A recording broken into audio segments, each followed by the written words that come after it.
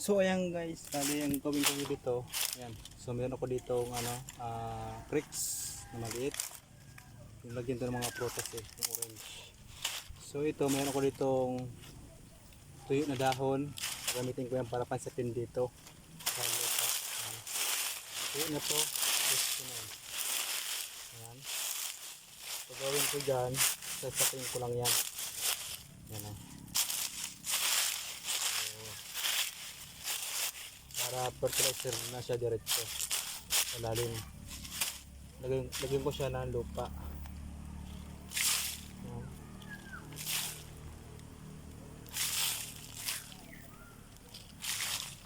Ayan. Kasi tanim ko yung tanglad.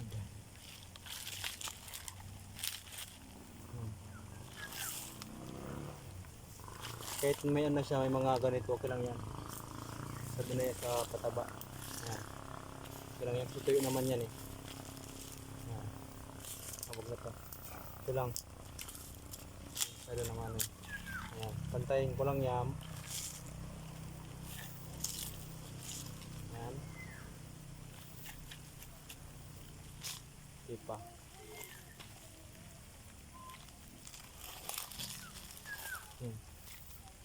At puno to. Kasi sayang naman to na text na to, hindi naman to na nagagamit doon sa amin. So ginawa ko na lang siya, lagyan ko siya ng tanim. Okay pa. Yan. So ang itatanim ko dyan ay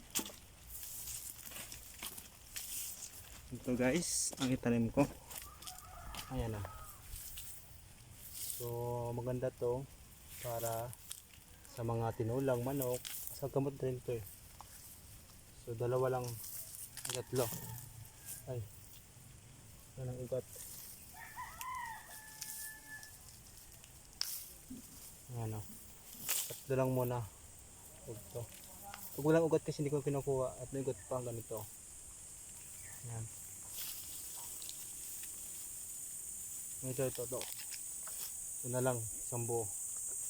So yung iba, hindi ko na gagamitin yan. Ito lang, may ugat na yan. Lagay ko dito. Kunti pa. Dito. Itong dalawang ito. Yan. So ayan, meron akong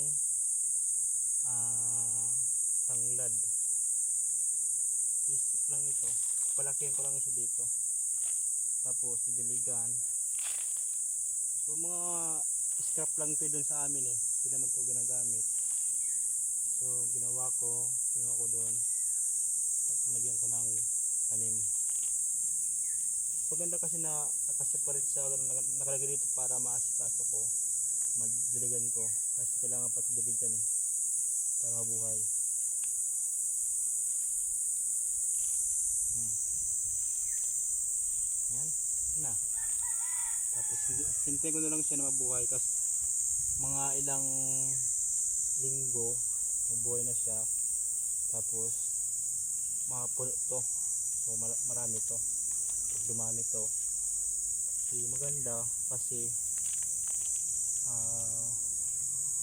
maraming ito piling paggamitan.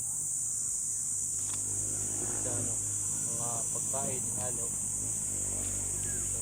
Yun lang guys, so basic lang. Kinabangan ko yung bricks, ano. Pwede pa siya mabuhat.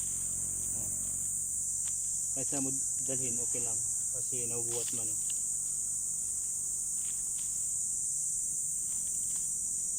Yan, isa pa lang yan. So dalawa to. So okay na to, tapos na.